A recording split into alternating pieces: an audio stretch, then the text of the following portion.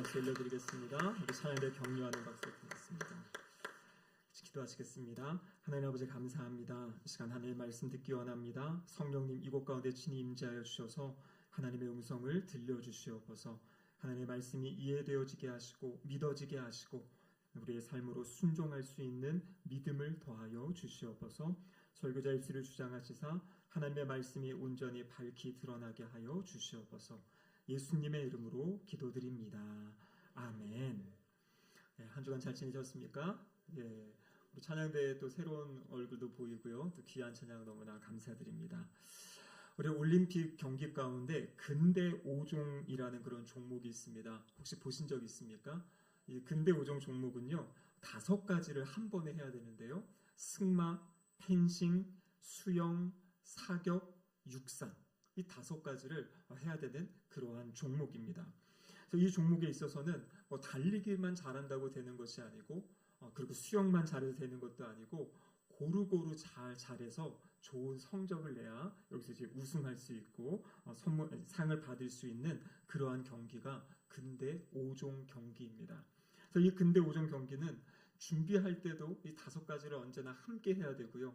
그리고 실제 경기에 나가서도 이 5가지를 온전히 완주해야만 승리할 수 있는 그러한 경기입니다. 제가 아침에 왜 이 설교 앞부분에 이 이야기를 하냐면 우리의 성도의 신앙생활도 이와 비슷한 것 같습니다. 예배만 열심히 드린다고 온전한 신앙으로 성장하는 것이 아니고요. 그렇다고 또 봉사하고 선교에만 힘쓴다고 해서 완전한 신앙이 되는 것도 아닙니다. 신앙생활에는요, 여러 가지 하나님께서 우리에게 말씀해 주신 그 중요한 요소 하나하나를 우리가 함께 균형 있게 잘 감당하며 나아갈 때 우리가 건강한 모습으로 성장하고 자라가는 것 같습니다. 우리 지난주에 제가 우리에게 주신 삶의 목적, 우리는 성도로서 무엇을 위해 살아가야 되는가라고 말씀을 전했지요. 그 핵심이 무엇이었습니까? 하나님의 영광을 위하여 살아가는 것입니다. 우리는 다른 어떤 목적이 아니라 이제 우리를 구원해 주신 그 은혜 때문에, 그 사랑 때문에 그것에 감사해서 하나님의 영광을 위해 살아가는 것이죠.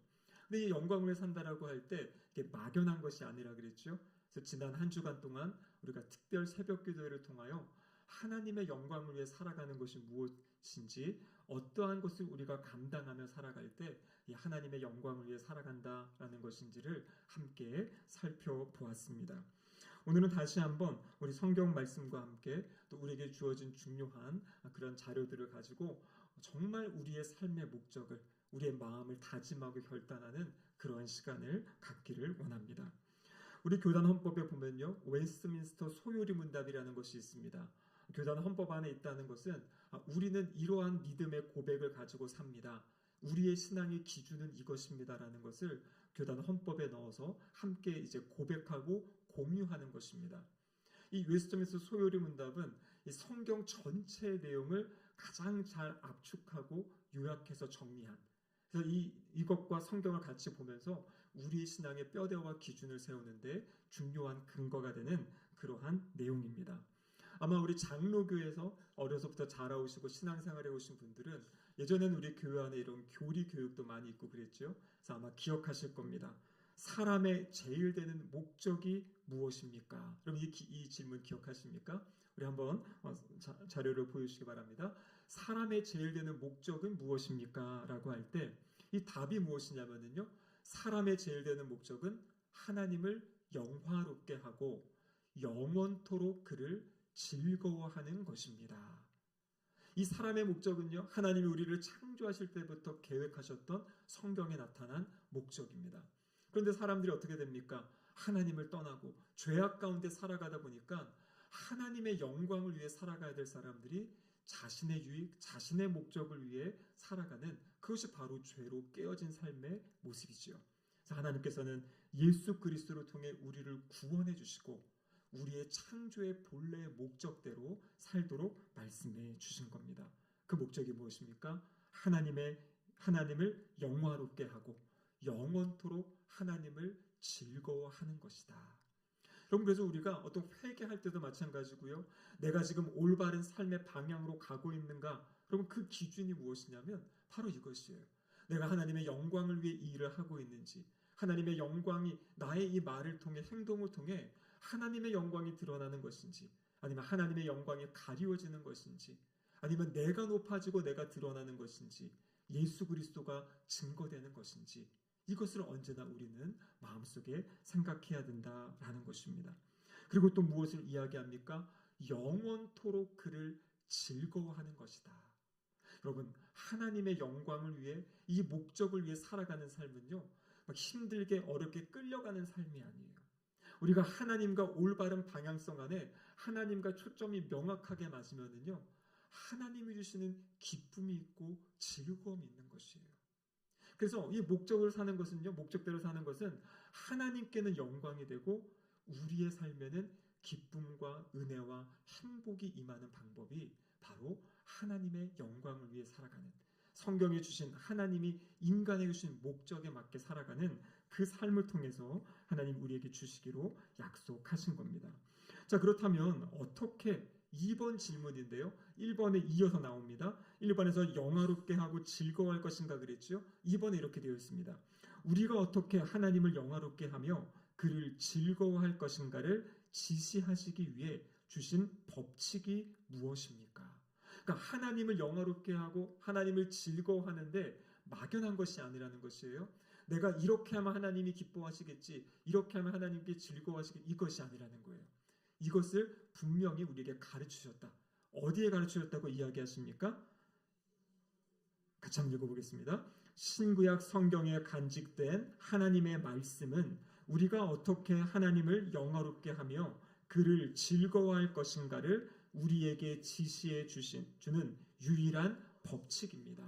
그러니까 여러분, 성경은요, 무엇을 말씀해 주시는 거냐면 하나님을 영화롭게 하는 삶, 하나님을 즐거워하는 것, 그것이 무엇인지를 우리에게 가르쳐주는 그러한 유일한 법칙이다, 이렇게 말씀하고 있어요.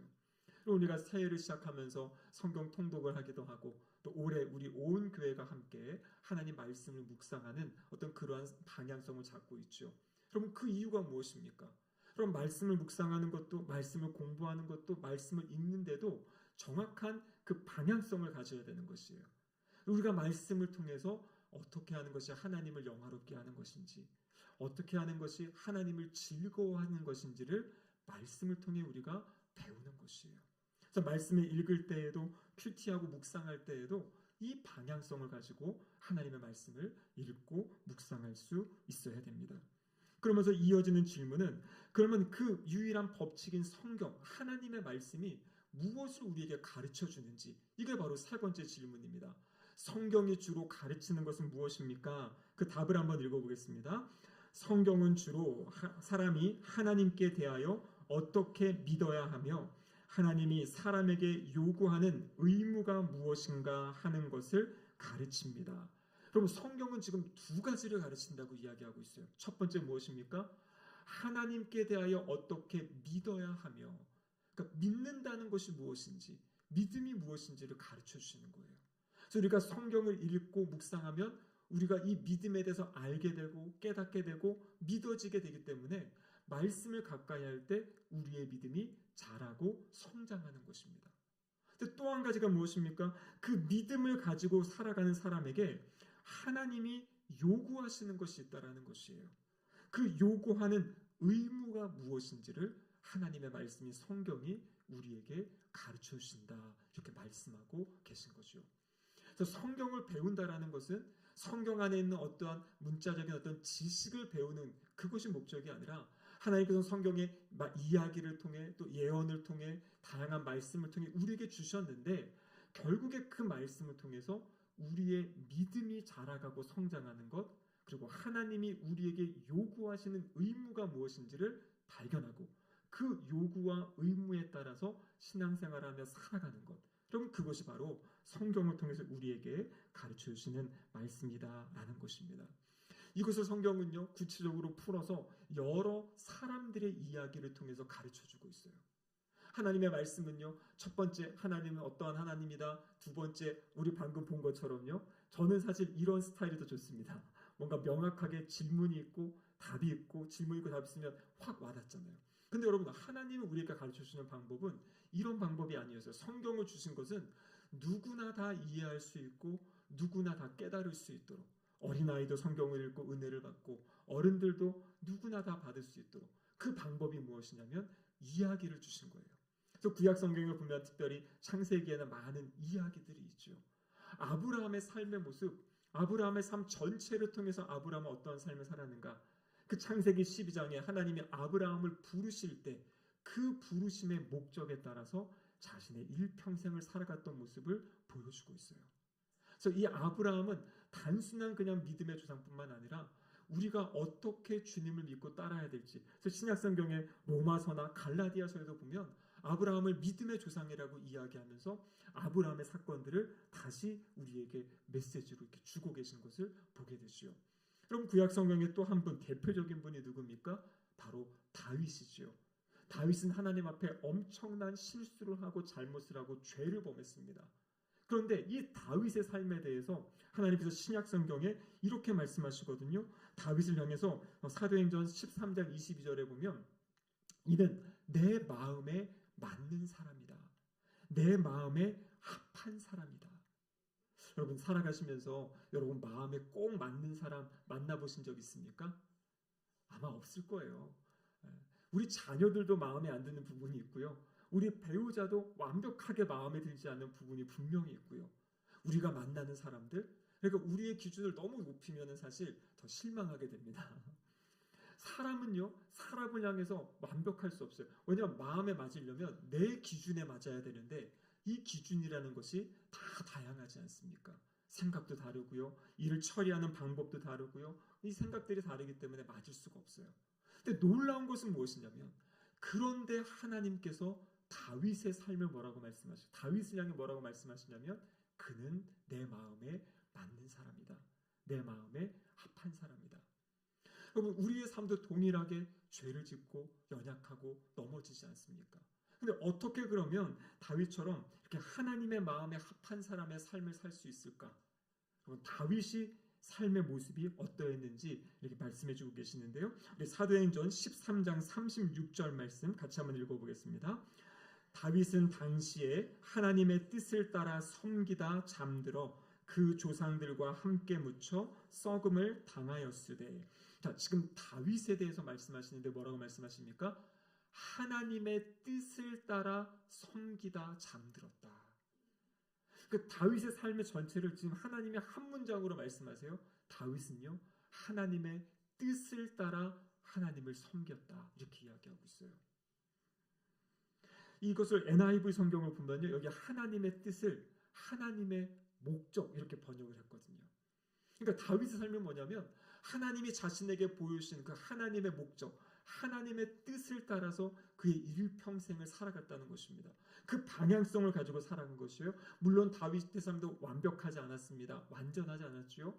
엄청난 잘못을, 죄를 범했습니다. 그럼에도 불구하고 하나님이 다윗을 향해서 내 마음에 맞다, 내 마음에 합하다. 이유가 무엇입니까?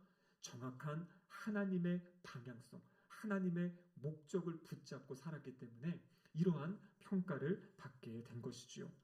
여러분 신약 시대에 가장 영향력 있는 분이 누구실까요? 신약 성경에 물론 우리 주님 예수 그리스도십니다. 예수님 다음에 성경에서 가장 많은 분량을 차지하고 있는 분 바로 사도 바울이에요. 하나님께서 그분에게 27권의 신약 성경 중에 13권이라는 데는 그 책을 사도 바울을 통해 기록하게 하셨습니다. 그런데 사도 바울이 자신의 삶을 향해서 자신의 삶을 이렇게 고백하고 있어요. 고린도전서 9장 26절 말씀인데요. NTL이라는 영어 성경 번역인데 이렇게 되어 있습니다. 같이 한번 읽어보죠.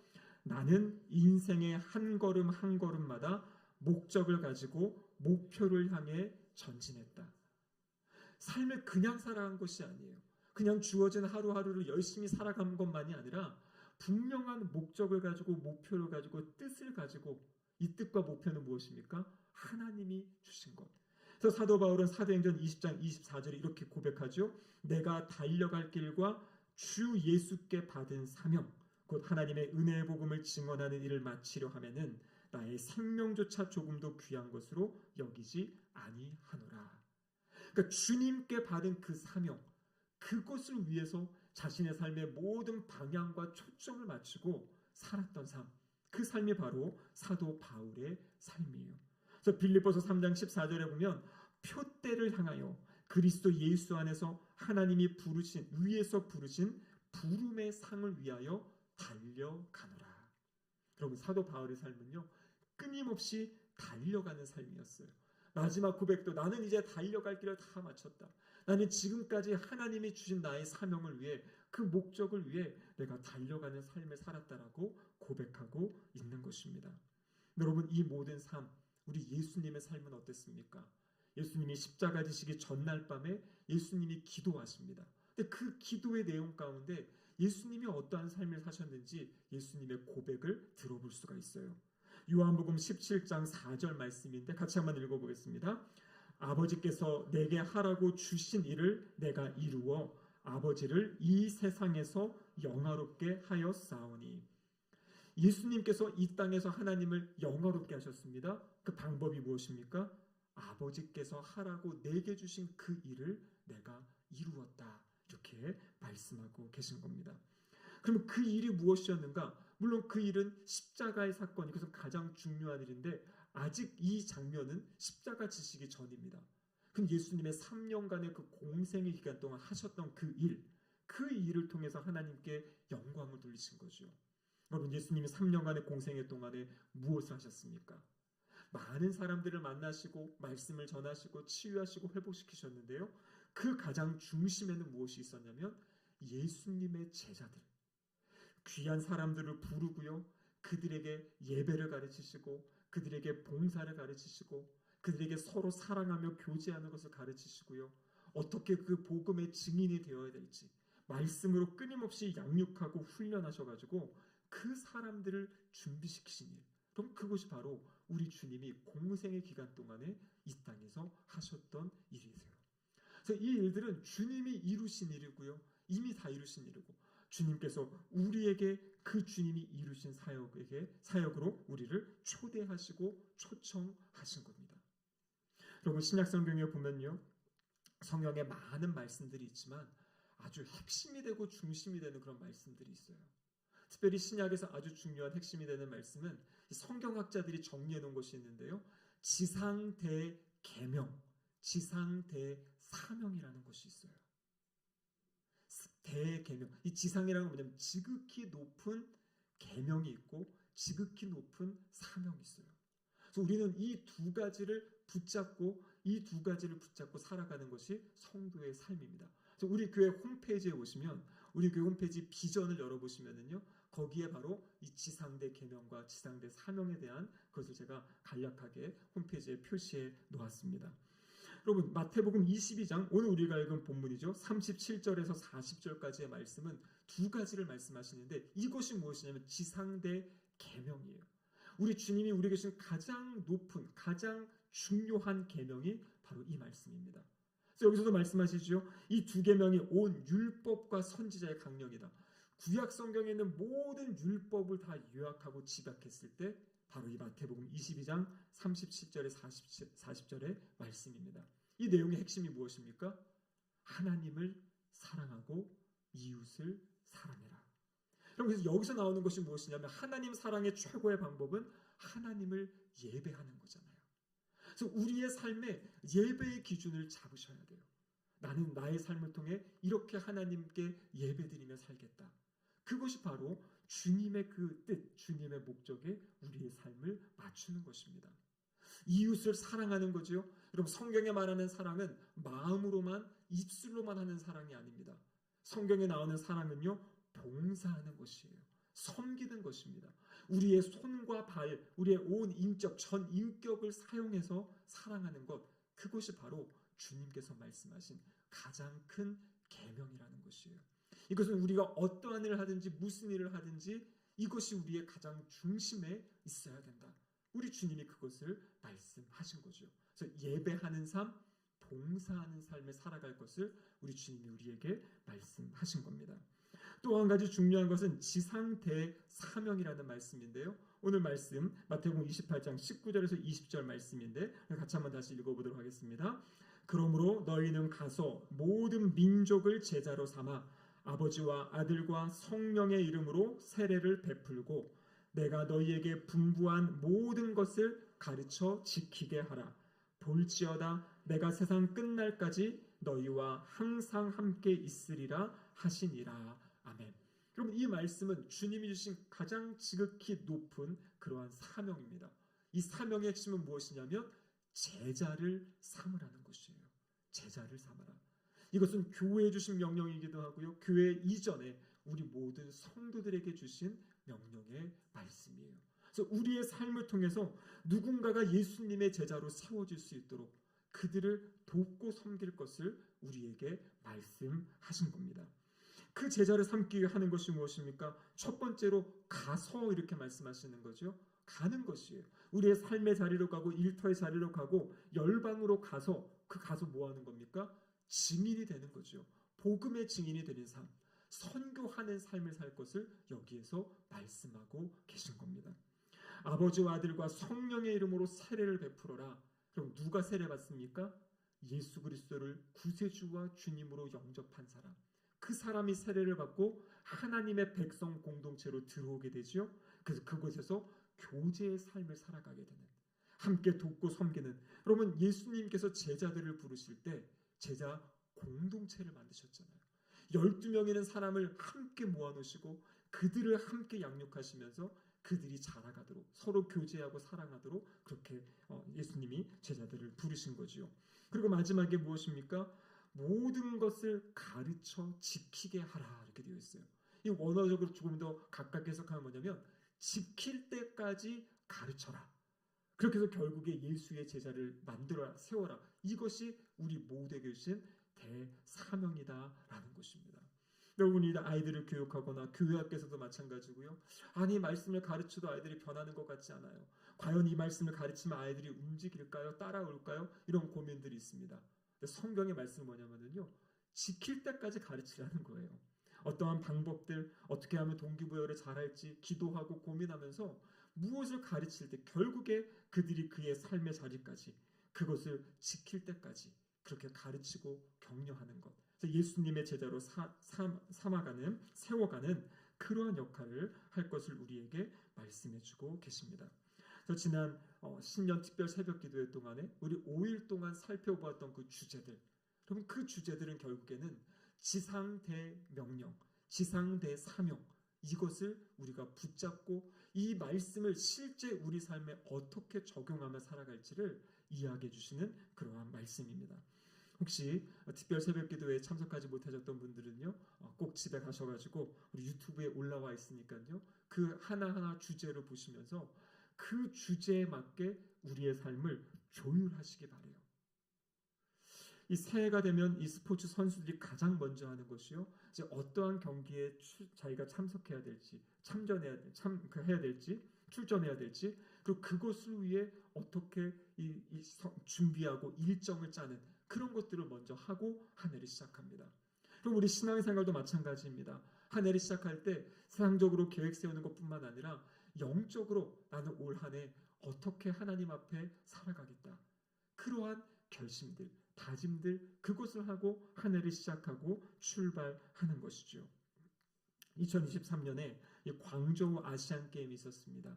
그 당시에 이지훈 선수라는 선수의 이야기가 참 저에게 많은 감동을 주었어요. 이지훈 선수가 이 첫 번째 종목인 이 승마를 위해서 말에 탔는데 말이 갑자기 확 놀라가지고 말에서 이렇게 떨어지게 됩니다. 그때 이 머리를 부딪혀가지고요, 약간의 뇌진탕 증세를 경험하게 돼요. 그래서 감독은 너 몸이 더 중요하다, 이번 경기는 포기하자 했는데 아니에요. 여기까지 준비했고 또 팀이 함께하는 경기가 있었기 때문에 하겠다고 이 경기에 출전을 했어요. 그러니까 기억을 잃을 정도의 그런 상황에서 그 5가지 종목을 하나하나 다 하고요. 마지막 이 결승선에 돌아오는 그런 장면이 있는데 돌아와서 가장 먼저 한 게 뭐냐면 나 기억이 나지 않아요. 아무것도 기억이 안 나요. 그러니까 주변에서는 막 잘했다고 칭찬하는데 저 정말 잘한 거 맞아요? 제가 그거 다 한 거 맞아요? 그래서 그 신문 기사를 보니까 이렇게 표현을 했어요. 이 선수가 한 일은 그냥 평소에 끊임없는 훈련에 따라 몸이 움직이는 대로 그냥 그 5가지를 기억도 하지 못하는 상황에서도 그것들을 하나하나 이루어 간 것이다. 이렇게 이야기를 하더라고요. 마지막에 이 선수 인터뷰했는데요.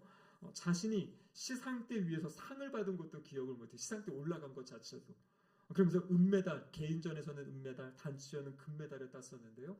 감사하게도 이제 나중에는 그 시간이 지나고는 이제 정상으로 회복이 됐다고 하는데, 어쨌거나 자신의 그 이야기가 그렇습니다. 정말 나는 아파도 참고 다른 팀원들에게 피해 주기를 싫어서 최선을 다해서 경기에 임했던 것 같아요. 나도 그 당시 상황은 잘 기억할 수가 없습니다. 이렇게 이야기를 했습니다. 여러분, 그렇습니다. 우리는 근대 5종 경기를 사는 것이 아니라 성도 5종 경기에 지금 동참하고 있어요. 예배드리는 삶, 교제하는 삶, 훈련하고 봉사하고 그리고 선교하는 이 5가지. 이 5가지를 균형 있게 골고루 잘 감당하며 살아가는 것이 우리 성도들의 삶의 모습입니다. 여러분, 이 5가지에서 기준은 다 달라요.